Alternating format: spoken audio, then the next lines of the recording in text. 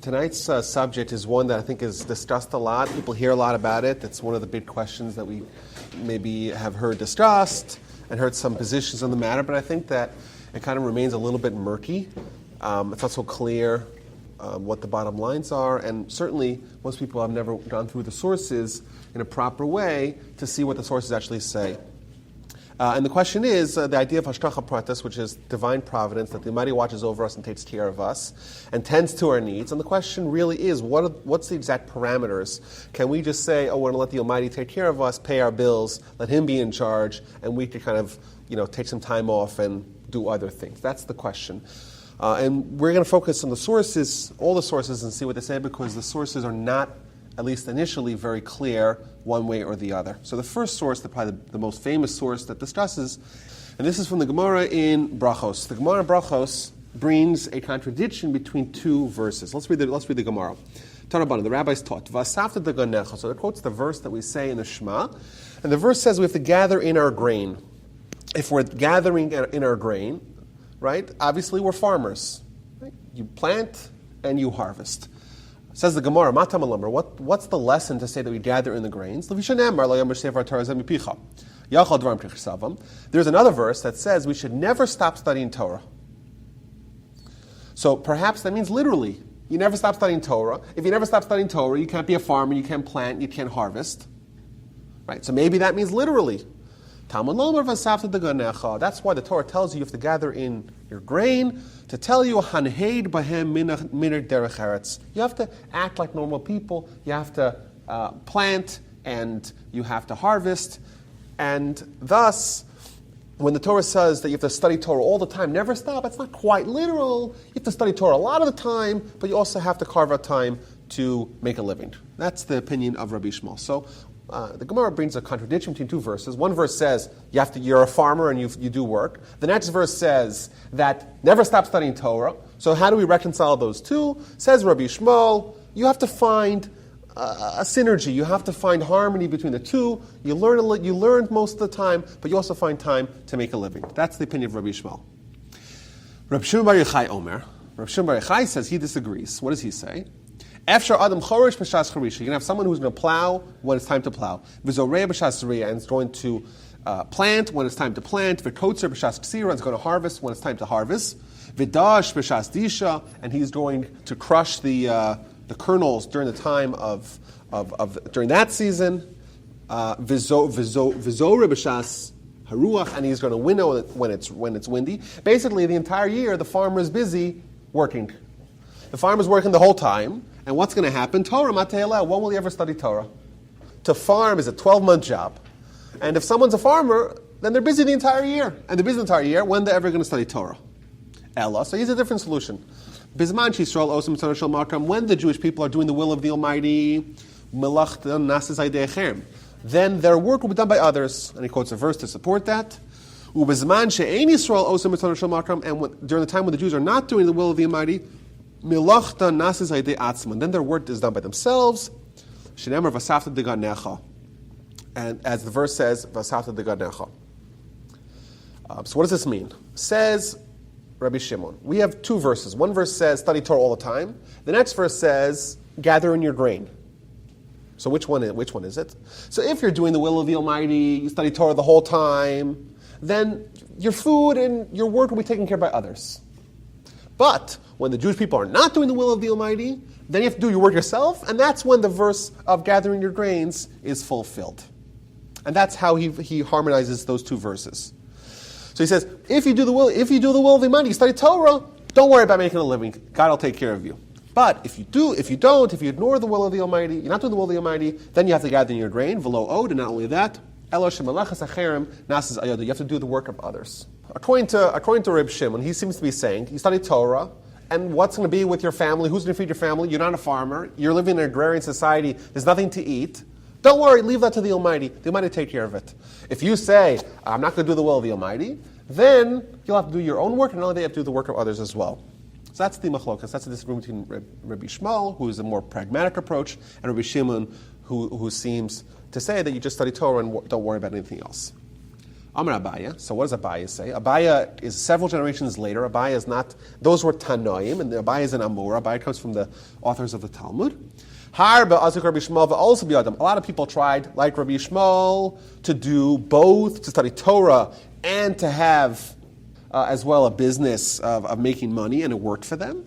And Rabbi Shimon Bar Yochai also be Adam. And a lot of people tried to do like Rabbi Shimon Bar Yochai, and it didn't work for them. So that's the Gemara. That's where the Gemara really ends. So there's a lot of questions here. We see this interesting disagreement between Rabbi Shmuel and Rabbi Shimon. Rabbi Shmuel seems to be saying very pragmatically, you have to work as well as study Torah. Find some harmony between the two. Find some synthesis between the two. Comes along Rabbi Shimon and says, no, study Torah only, and then the work will be done by others. But if you don't study Torah, if you're a little bit lax, not only you have to do your own work, you have to do the work of other people as well. So my first question I want to try to analyze here is, what's the disagreement about? It seems they're both quoting verses to support their opinion, but what exactly is the underpinning of their disagreements? Number one. Number two, Rabbi Shmuel tells us, what are you supposed to do? He's supposed to do minad derech eretz. He's supposed to act like the way of the world. So I just want to note that it's a little bit of a strange way of saying it. It should say, have a job or plant fields. What is this idea of calling it minad derech eretz, the way of the land? Not only that, what happens when you do the will of God? There's some magic formula, says Rabbi Shimon. There's a magic formula. If you do the will of God, suddenly all your work is going to be done by others. How does that work? How does the work be done by others? And not only that, says Rabbi Shimon, when you don't do the will of the Almighty, then you're going to have to do your own work, and you have to do the work of others. What's going to be? Like if I don't do the will of the Almighty, suddenly I have to do the work of other people? How does that work out? But most critically here, we have a machlokas, we have a disagreement based upon verses. Rabbi Shmuel and Rabbi Shimon. Comes along Abaya, and he says, I have a solution. What's my solution? Let's look at the data. A lot of people tried to do like Rabbi Shmuel, and it worked for them. A lot of people tried to do like Rabbi Shimon, and it did not work for them. Therefore, he's telling us to go like Rabbi Yishmael. That's not the way we adjudicate disagreements. You have to prove it. You have to say which one's more logical, which one's more true. To say that, I'm going to do a survey and see what the data shows, that's not really the way we figure out, we mediate between disagreements.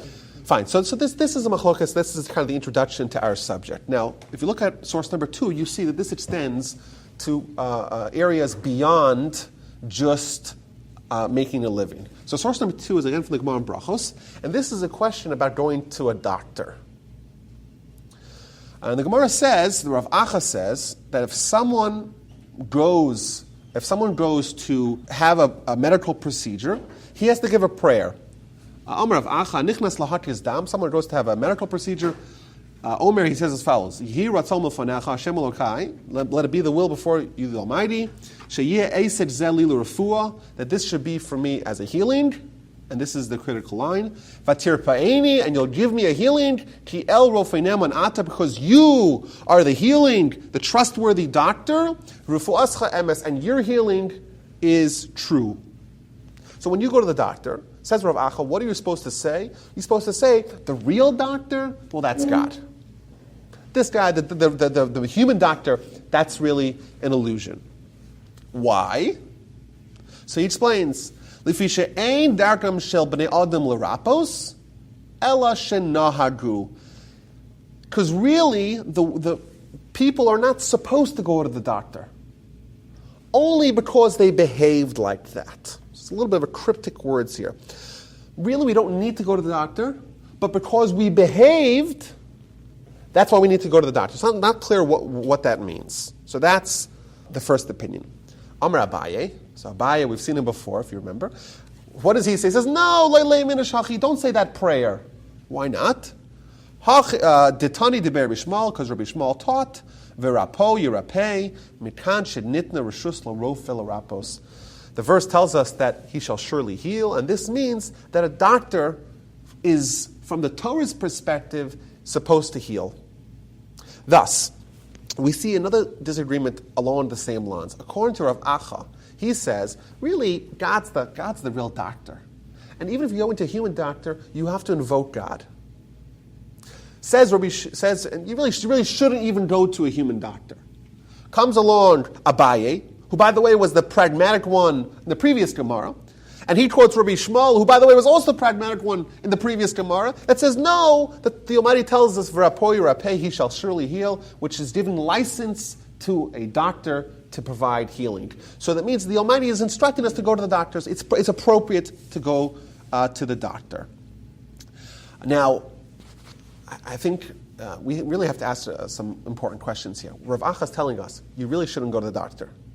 Not only that, the only reason why people go is because shenahadu, because they thus behaved. It's a little bit unclear what he means. What is this idea that it's inappropriate to go to the doctor, and the only reason why we go to the doctor is because nahadu, we behaved like that? It's not so clear what he's referring to. So there's Ramban, in source number 3. The Ramban, a very famous Ramban, who he addresses this question. He explains the opinion of Rav Acha. And he starts off by saying like this, V'haklal, the general principle, Ki b'hiyos Yisrael shleim v'eim rabim, when the Jewish people are complete, and there's the majority, so it's lo yisnahed inyanim b'teva klal. The Jewish people, ideally, we don't work at all with the rules of nature. We're supernatural. Lo b'gufam, not in our bodies, v'lo ba'artzam, not in our land, lo b'chlolam, v'lo b'yachim mehem. Really, not collectively as a nation, and not individually as individuals. Why?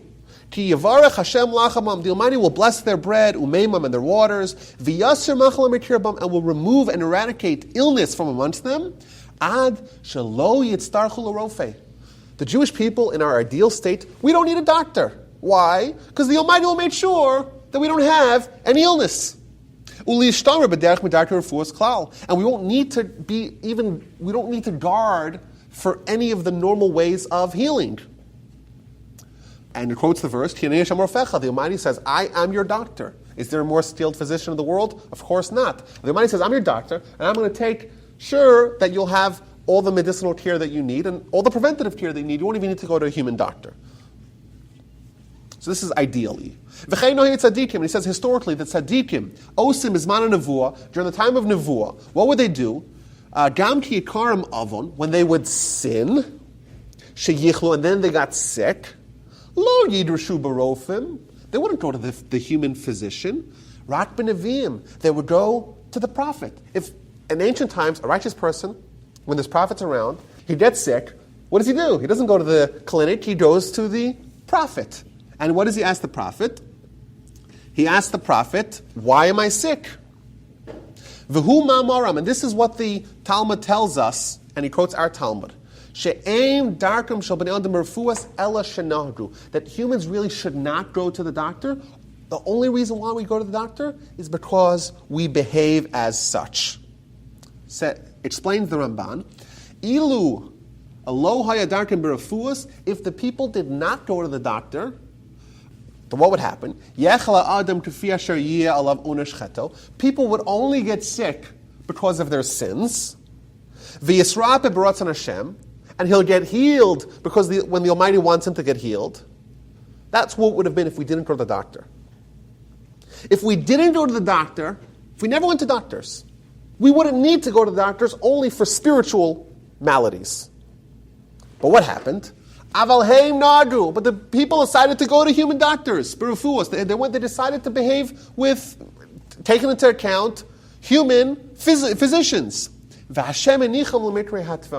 And because we went to doctors, therefore the Almighty says, you are now subject to normal illnesses that just happen. It's an incredible Ramban. It's a little bit knotty, it's a little bit hard to piece together, but essentially what he's telling us is like this. There's two reasons why we could get sick, and there's two reasons why we could get healed from the sickness. It used to be, and really this is ideal, that the only reason why we got sick is because the Almighty made us sick, right? The Almighty's our doctor. If the Almighty's a doctor, you're not going to have any sickness. The Almighty's your doctor. He's taking care of you. So why would you get sick? Only because you sinned. And thus, if you sinned and that's why you got sick, then how do you fix that? By rectifying your sin. And indeed, that's the way it was in times past. If you were sick, you went to the prophet told you why you were sick, you fixed the problem, you fixed the sin that brought about the sickness, and automatically the sickness went away. What happened? We decided to go to the doctor.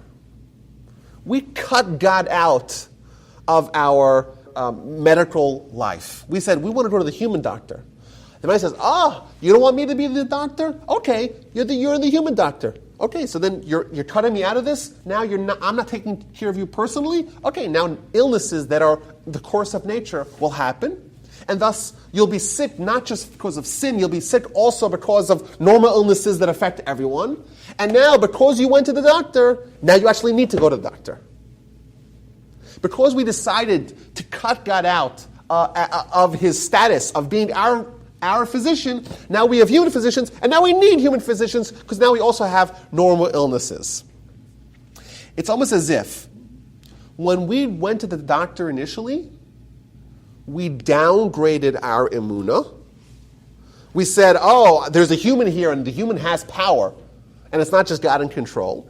And by doing that, God responded in kind and downgraded the way he treats us as well. Suddenly we don't have the godly protection to ensure that we don't get any illness. And now we have illness, and now indeed we need to have a human physician. Thus, when the Gemara says that it's not darkam shel bnei adam, it's not normal, it's not natural for the people to need a doctor, ela shenahagu, what that means, says the Rabban, is that we were nohed, we behaved in a way that we decided to go to the doctor, and therefore now we actually need to go to the doctor and treat our medical conditions that come up because God is no longer our doctor. I want to explain how this actually works and try to connect this all together. So look at source number 4 here. Very famous Gemara. The Gemara in the end of Sota is talking about what happened once the temple was destroyed. When the temple was destroyed, there was a reduction in the spiritual status of the people, and it gives a whole list of things that happened. One of the things here, Mishachar Beis Hamikdash Pastru Anshe Amonim Yisrael, men of faith ceased in Israel. There's no more people of faith. Says the Gemara, what does that mean? Pastru Anshe Amonim, Amar Rav Yitzchak, what does it mean that there's men of faith ceased? Elu bnei Adam, these are people shehem aminim b'Kadosh Baruch Hu, that believe in God. So if someone tells you that now they believe in God, tell them you're lying. Because the Gemara says people that believe in God, those people are extinct, and they went with the temple. Temple's destroyed, there's no more people that believe in God. How so? So the Gemara explains. The Tanya Reb Eliezer Gadol Omer quotes a brisa from Reb Eliezer, Kol mi sheyesh lo pas besalo, whoever has bread in his basket, the Omer ma'ochal lamachar, and says, what will I eat tomorrow? Eino elo mikatne amona. That person is nothing more than a person of small faith.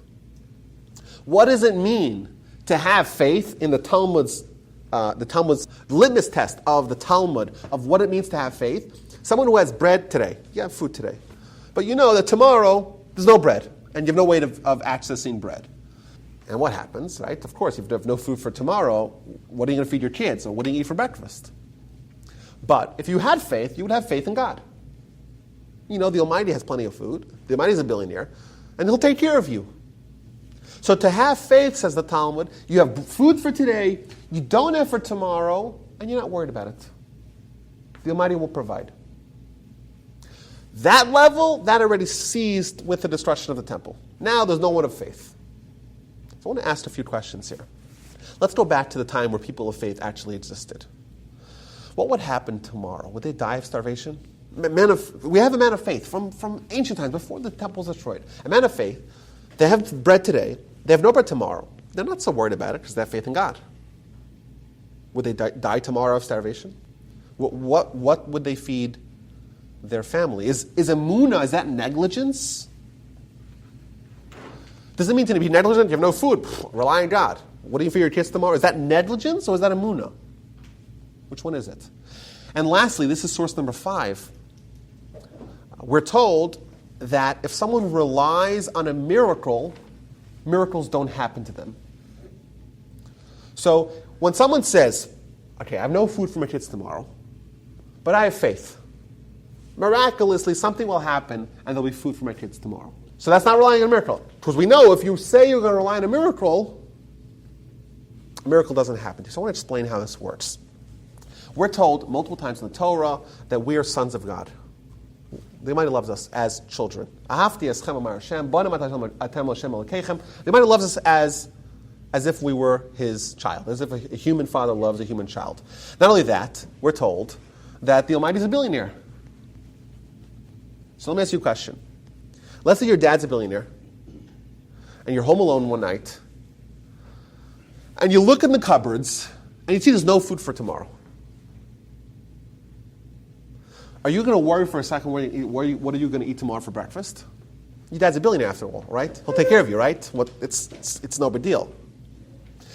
So what the Talmud here is telling us, that it's not at all negligence. If someone really, really, really believes in God, it's real. No less than if your dad wasn't a human billionaire. Of course, you shouldn't worry about what you're going to eat tomorrow, and that's not negligence, because the Almighty will feed you. And by the way, what would happen the next day? The Almighty would feed them. It's not a miracle, because if your dad gives you breakfast, is that a miracle? The only reason why Dad, so to speak, the Almighty does not give us breakfast nowadays is because we don't think He's our dad. We don't treat Him like that. We don't have that level of emunah. When we downgrade our level of emunah, we go to the doctor, we say, I need to find a way to feed my family.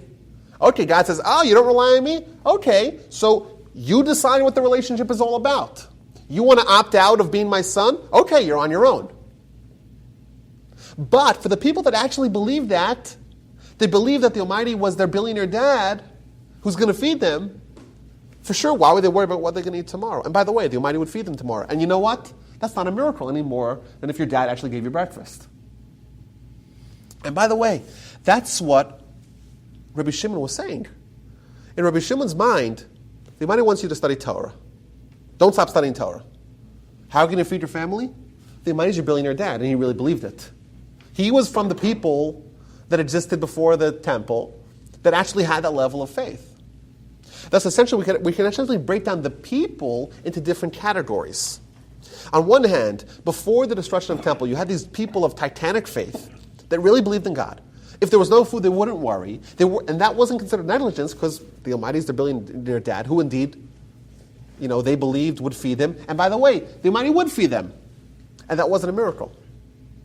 Because they decided what the relationship that they had with God was. And they decided that it's real. And they say it's real, the Almighty responds congruent to what they establish as their relationship with God.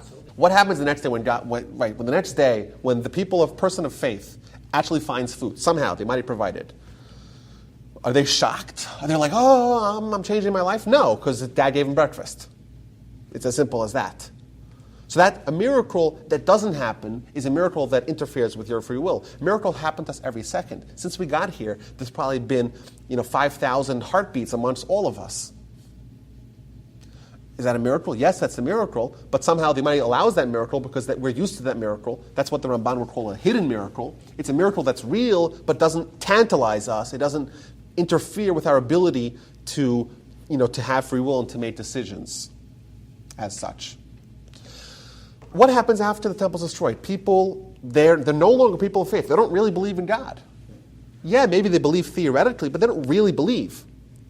And therefore, if they have food today but don't have food tomorrow, they're worried, they're scrambling. How do I feed my kids tomorrow? And by the way, if they were to not try to find food for their kids, that's negligence. And not only that, if they ignore God, if they ignore the need to feed their kids tomorrow, and they say, rely on God, because it's not real, because they're still they won't be able to sleep properly at night, that's artificial faith. They don't really feel like the Almighty will provide for them. That's why they're so nervous. Right? If they actually had food, that would be even more real. If there was food in their cupboard, they would feel that that's real. You wouldn't have a hard time sleeping at night. But God is less real somehow in their mind, and therefore they'll have a hard time sleeping, and because the faith is not real, therefore God does not respond in kind. So going back to Rabbi Shimon and Rabbi Shmuel, they had a disagreement. Comes along Rabbi Shimon, he says, just study Torah, and they might take care of you. Says Rabbi Shmuel, no, you have to do both. Who's right? Well, the answer is they're both right. They're not arguing about the same person. Rabbi Shmuel is saying that, if you notice, he said the words, the derech eretz, right? The way of the world. And we'll see that term a little bit later on as well. But what he's saying is that we have to live within the parameters of the world.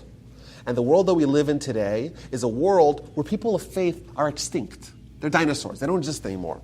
And therefore, for most people, and certainly after the temple is destroyed, they cannot actually achieve the level of faith, the level of emunah necessary to have such clear recognition of God that God's their billionaire dad, and therefore they cannot ignore their material needs. They have to become a farmer. What happens to Torah? Have to find a way to do both. But if they ignore the needs, the material needs, they don't have the level of faith to allow God to actually behave as a dad, as a father to them, and therefore God will not provide, because God does not do miracles for them. Rabbi Shimon is also right, because Rabbi Shimon is talking about a different kind of person. He's talking about a person who can actually achieve that level of faith and treat the Almighty, have real faith, and therefore the Almighty says, oh, you're real with me, I'll be real with you, and you know what? All you got to do is study Torah all the time. What's going to happen? Who's going to feed you? Leave that to the Almighty. Why do you have to worry about that? Says Abaye. What Abaye is telling us, he's not telling us one's right and one's wrong. If he wanted to tell us one of them is right, one of them is wrong, he would have to prove why one of them is right, one of them is wrong. What Abaye is telling, he's giving us advice. He's telling us like this. You should know, what really matters is you. Are you able to obtain the level of faith of Rabbi Shimon, who can feel confident and say, I have no food for tomorrow, and God will take care of us? If yes, great. But a lot of people tried that, and it didn't work for them. Not because they weren't good people, because they weren't quite on the level of faith that Rabbi Shimon had that would allow God to respond in kind and to take care of them as if they were his children. But a lot of people try to do like Rabbi Yishmael, and it actually works. It actually works out. Similarly, medical assistance. Ideally, if we all had real faith of Rabbi Shimon, we would realize that all illness is from God, and thus all healing is from God, and we can ignore the doctor, no problem. But what happens? We visit the doctor, right? You have the sniffles, you go to the doctor. What are you showing when you go to the doctor? You're demonstrating that no, you're living in this world, and thus you're ignoring God a little bit, right? He's not really your complete doctor. Okay, then you're on your own. What happens when you're on your own? You have to deal with the medical needs that may arise. So that's the disagreement. They're really only arguing practically, but everyone agrees they're both actually correct for different people. Now I want to kind of explain how this actually works. So how does this work? How does this work? Rabbi Shimon says, what's going to happen? Just rely on God and just study Torah, and everything will be taken care of. How does that actually work? So I have a few ways to try to explain this. First way is look at source number 6. This is the Mishnah in the chapters of the Fathers. Rabbi Chana ben Akana Omer, Rabbi Chana, the son of Akana, says, Kol hamakabel al atzmo ol Torah, whoever accepts upon himself the yoke of Torah, ma'avir mimenu ol malchus v'ol derech eretz. So remember here the word derech eretz. We've seen that word before. Someone accepts upon himself the yoke of Torah, then other yokes, the yoke of derech eretz of the way of the world, and the yoke of malchus of the kingdom gets removed from him. And what does that mean? What does this mean? If someone accepts the yoke of Torah, the other yokes go away. Can we say, first of all, that if someone studies Torah all the time, never stop studying Torah, would that be considered the yoke of Torah? I think that's very safe to say. So what happens, we're told over here that there's yokes that we have, and these yokes get removed. If you look at source number 7, I only have it in the Hebrew version, the Maharal explains something very fabulous here. He says, there's 3 ways the Almighty behaves with us. There's 3 modes of behavior that we have, 3 hanhagos, as he calls it. The first one is the rules of the world, the rules of teva, the rules of nature. And nature dictates that if you don't plant, and you don't plow, and you don't harvest, you'll starve. That's number 1. He calls that derech eretz. And then there's number 2, another way of behavior, which he calls malchus, which means where people can compel us to behave some way. It means, who controls my life? So there's the rules and laws of nature, plus there's other people. You have the government that say, we're going to tax you, or we're going to imprison you. You have the king who says, I'm going to take away all your stuff. Or a heathen, a thief who comes in and puts a gun to your head and says, I want to steal all your stuff. Well, that controls me as well, because that person has free will, and their free will can encroach on my life as well. And that's personified in the Mishnah by Malchus, by the kingdom, the police power. And lastly, there's also a third mode, and that the mode is the supernatural mode, where nature doesn't have any say over you, other people don't have any say over you, it's just the Almighty. It's just the Almighty. Says the Maharal, what is this Mishnah saying? If I accept upon myself the yoke of Torah, if I opt in to choose voluntarily to have Torah be what dominates me, then the Almighty is going to upgrade me to this third stream, this third path, where He Himself is going to take care of me individually. And what am I going to lose as a result? The laws of nature won't hold any water over me. I won't be beholden to them at all. And not only that, the laws of the kingdom will go away as well. Other people won't be able to affect me with their free will. Rabbi Shimon, he's echoing this Mishnah. Rabbi Shimon is saying, you do the will of the Almighty. You study Torah all the time. What's going to be? You accept the will of the Almighty upon you. Then all the other rules of the world, you got to work hard to make a living to feed your family. You have to be worried what the government's going to say about you. All those things go away. But if you reject the yoke of heaven, in a time when the Jewish people are not doing the will of the Almighty, then they have to do their own work. They live within the framework of derech eretz. They have to work hard to make a living. And not only that, the work of others is placed upon them as well. Your neighbor says, I want you to do work for me, and I'm going to force you because I'm going to compel you with my free will. Well, you're beholden to that as well. Thus, Rabbi Shimon says, if you reject the will of the Almighty, if you say, I'm not going to do the will of the Almighty, okay, you have to do your own work, derech eretz, like Rabbi Yishmael says, and you have to do the work of others, like the Mishnah says, which is malchus. So essentially, it's really up to us. We choose which path, which method of behavior we have. Are we going to be beholden and subject to nature and to the will of other people? Well, that's most people. But there's this option that we can upgrade our behavior. We could say, we're going to commit ourselves to Torah. We're going to accept upon ourselves the yoke of Torah. We're going to do the will of the Almighty. We're going to study Torah all the time. And then all those other responsibilities, they get cast away. The Almighty says, I'll take care of that. Don't worry about it. So, I think we could say, like Rabbi Shimon himself. Rabbi Shimon himself has a history. He spent 13 years in a cave by himself, him and his son. So the Talmud tells us in Shabbos 33b that when he got there, he got to the cave. It was a barren, empty cave in the middle of nowhere. And the next morning, there was a stream of water and a carob tree that sprouted up right by the entrance of the cave. I think this is an example. Rabbi Shimon actually practiced what he preached. And therefore, when he got there, he didn't have any plans to eat. He had no food. So what happens? Was he worried? No, because the Almighty will take care of him. And you know what? The Almighty did take care of him. And by the way, when he woke up in the morning, was he shocked? Oh my gosh, what do you see? No. The Almighty says, billionaire dad, who gave him breakfast, like any dad would give to any one of us, any one of us children. So the next source is, the mitzvah tells us, we read it this past week in Shul, that if you have a roof, you have to put a fence around it so people don't fall down. So the chinuch is one of the Rishonim, and he explains why all mitzvahs are, but he explains as follows. I want to read it very quickly. Lufi, Shemayos Hashem Baruch Hu, Mashliach B'Prati B'nei Adam V'Yoder Kol Masem. It's true, despite the fact that the Almighty oversees all the details of man and knows all their actions, everything that happens, both good and evil, is all because of the command directive of God, as per their righteousness or wickedness. And it quotes the Gemara, a person cannot lift his finger from the bottom unless it is thus decreed from above. Still, someone has to worry from things that could happen, from accidents that could happen.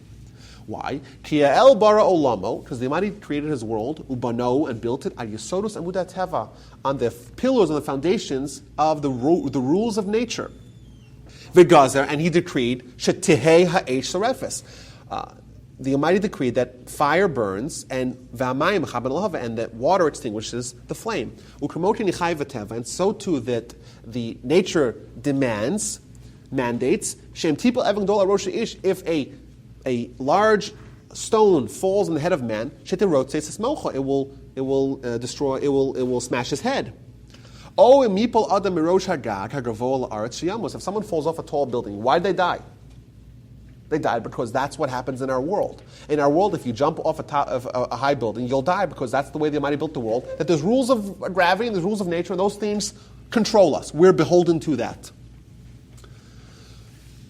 Vehu Baruch Hu, and the Almighty Chanam B'Grufa Sa'odam, He endowed in the bodies of man V'yibach Ba'apam Nishbas Chaim a neshama balas das that has knowledge.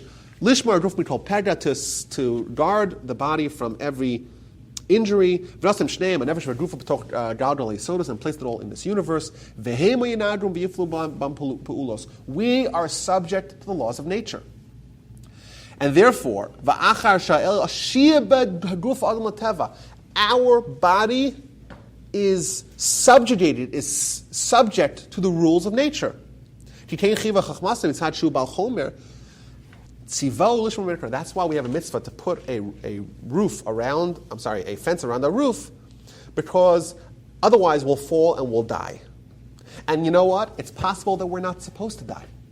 But we are subject to the laws of nature. We are subject to what we call derech eretz. And therefore, if we fall off the roof, we'll die unnecessarily. And therefore, the Gemara says, put a teva shehu masr biyada, because teva, which we are controlled by, yaseh pu'ulasa alav im lo yish mameno, that will work its wonder upon you if you don't guard yourself. V'amnam. However, I'm not sure to read this in English. There'll be some people that the Almighty loves them because they're so pious and they cling to Him. These are the righteous, the great pious people, like the forefathers and the holy people and lots of their descendants, like Daniel, Hanan, Mishael, Azariah. There's some people that they're not controlled by nature. In fact, the opposite is true. They are masters over nature. And therefore, and initially those people, they were like everyone else. They were controlled by nature. But what happens? Because of their greatness, the Almighty switched it. The Almighty took we could say perhaps in the terms that we are speaking of, the Almighty took the yoke of derech eretz and cast it aside. And they're now masters on nature. And therefore what happens? They threw Abraham into the fire. Did he get burned? No. Why? Because fire burns. Well, fire usually burns. In the realm of nature, fire burns. Abraham wasn't in the realm of nature. He was a master of nature. The Almighty treated him individually, completely. The law of nature had no bearing over him. He was thrown into the fire. He wasn't singed at all. Similarly, Hanan, Mishael, Azariah, they were thrown in to the fire as well. Daniel thrown into the pit of lions. What happens? The lions are hungry, they eat. And here, they didn't. Why? Because they're upgraded. But those are individuals. Most of us, we're subject to the laws of nature. Unless we can find a way to channel somehow this capacity to go like Rabbi Shimon or to go like the Mishnah B'chol Marakana, to accept upon ourselves the yoke of Torah, and then we're uplifted out of that stature. And now I want to look at this Orach Chaim just quickly here. But the Orach Chaim really extends this even further. I had this question. What happens if there's a homicide? Did the Almighty want the victim dead or not? So one person kills the other person, tragic, homicide. So there's a victim, dead body, right? Did the Almighty want the dead person dead or not? Typically, we're very hesitant to say that someone could die and not be guilty. So that's what the Orach Chaim says. The Orach Chaim says that when Joseph was being judged by his brothers, so initially they said, let's kill him. And they said, no, let's throw him into the pit. So what's the difference in killing him and throwing him into the pit? So says the Orach Chaim, he says like this. If someone gets killed, if someone kills someone else, then they're using their free will to end someone else's life. That won't prove that person was guilty or not.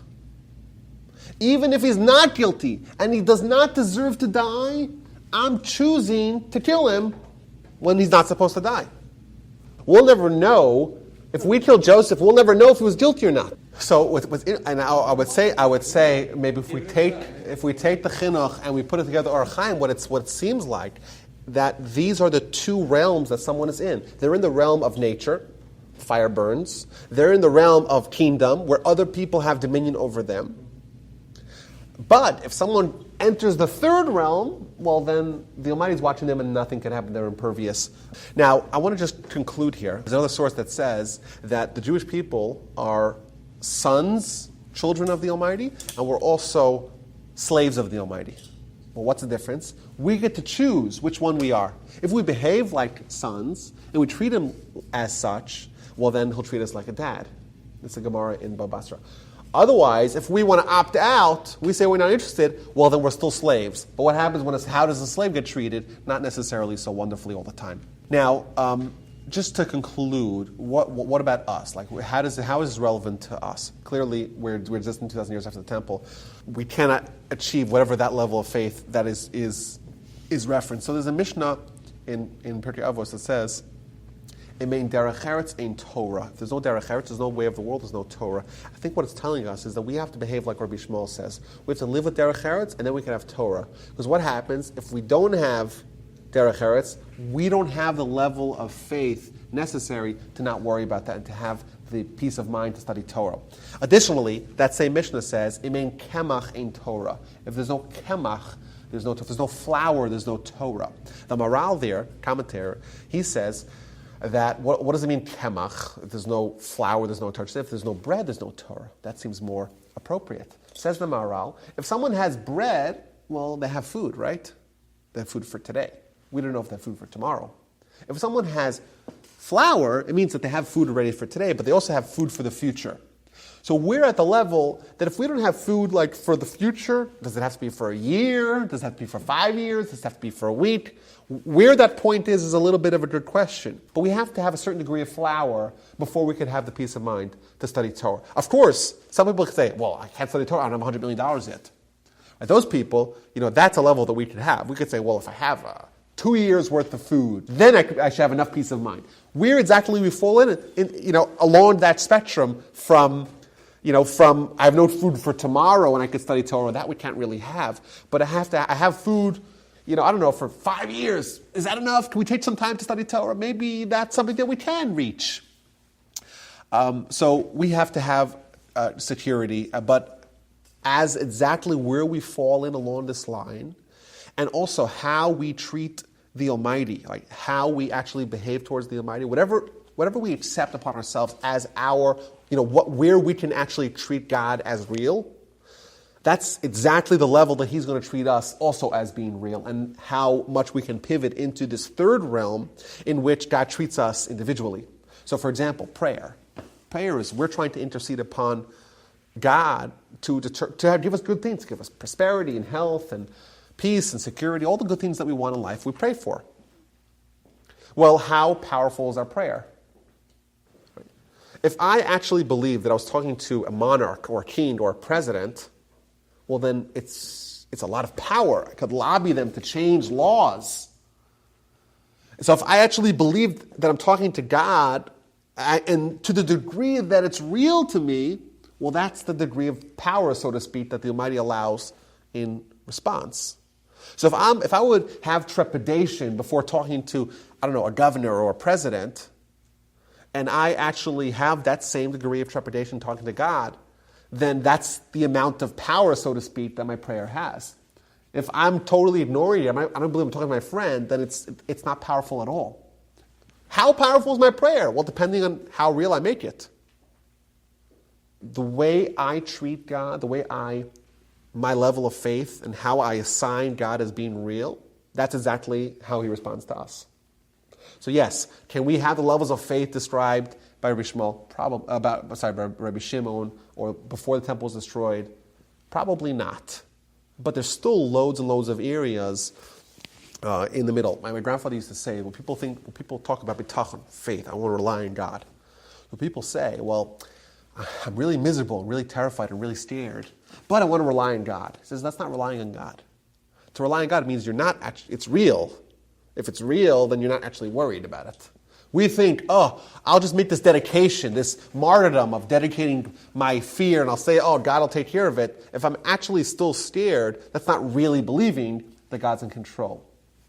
So that's the idea. I think it really opens up a whole new world, that the way we behave towards God, the stature or the level of emunah that we assign to Him, that's how He'll respond to us in kind, and that indeed will matter in all the ways that the Almighty relates to us.